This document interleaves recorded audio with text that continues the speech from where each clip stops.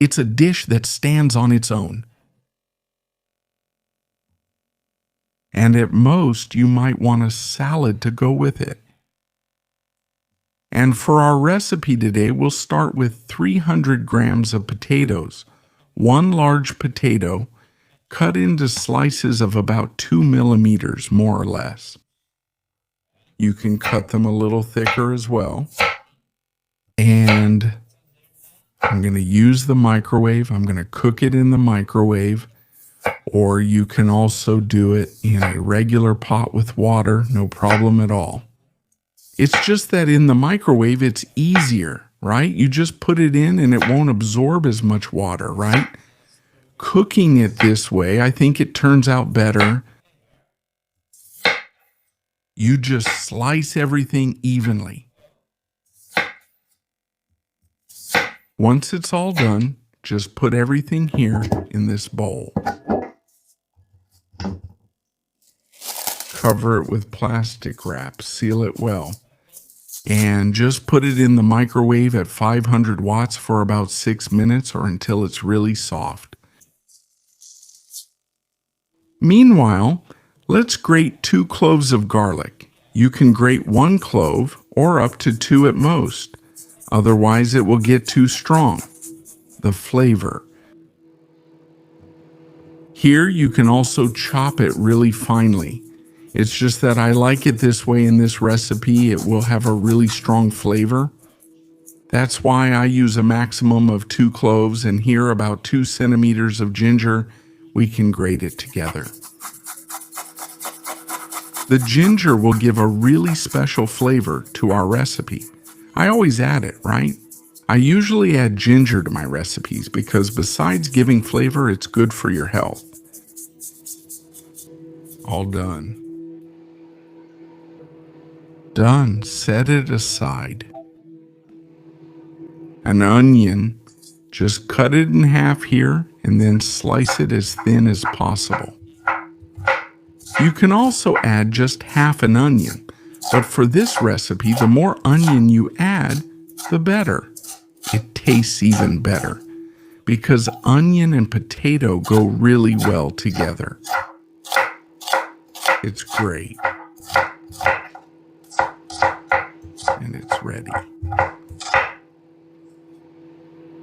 And that noise you're hearing is from the microwave. So now what? 2 tablespoons of soy sauce. It can be light or regular. I'm using the regular one. 2 tablespoons of sake. That's sake, the drink. If you don't have it, you can use cachaça.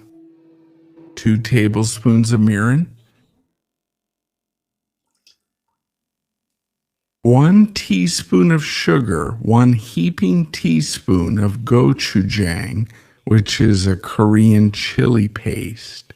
You can find this in Asian stores and even in large supermarkets. Just mix everything very well until it is smooth. Done. Let's set it aside. Here the potato is already done.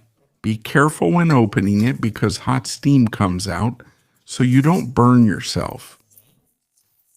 And here, just check with a toothpick if it's soft, if it's already done. Set it aside as well. And here, a little bit of olive oil in our frying pan, 200 grams of ground pork. And here, and lightly brown the meat. And this frying pan goes straight into the oven because we'll use the oven later.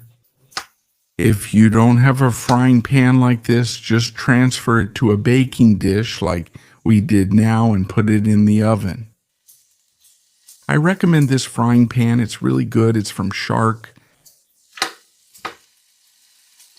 It's great. This pan is almost 3 years old already. Here, it changed color a little bit. Let's add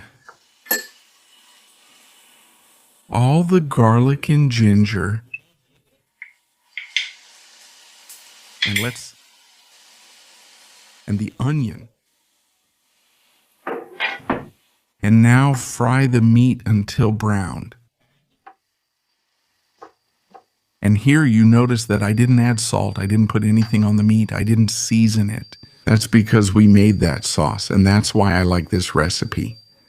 We make the sauce separately, then just add it and it's done. The food will be well seasoned and ready, really easy.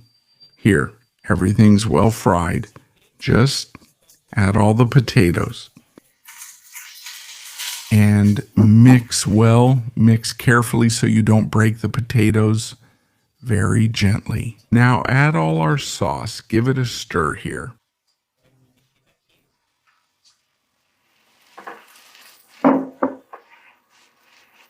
Mix it again.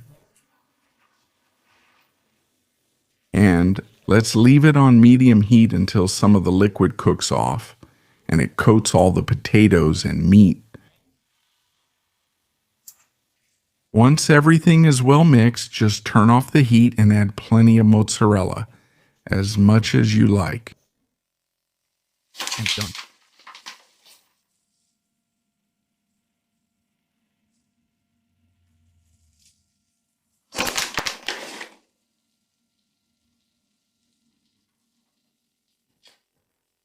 And now put it in the oven until the cheese melts.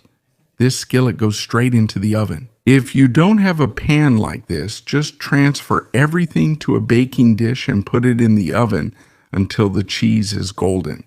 And it's a dish that doesn't need anything else. And at most, you might want a salad to go with it.